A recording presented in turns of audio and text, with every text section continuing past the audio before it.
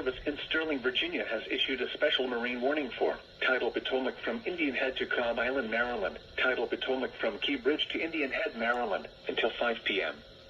At 3 p.m., developing thunderstorms were located 17 nautical miles northwest of Lee Sylvania State Park, moving east at 15 knots. Hazard, wind gusts 34 knots or greater. Source, radar indicated. Impact, boaters and small craft could be thrown overboard by suddenly higher winds and waves capsizing their vessel. Locations impacted include Quantico, Gunston Hall, Mason Neck State Park, Occoquan Bay, Lee Sylvania State Park, Brent Point, Indian Head, Fort Hunt, Fort Washington, and National Harbor. Move to safe harbor until hazardous weather passes.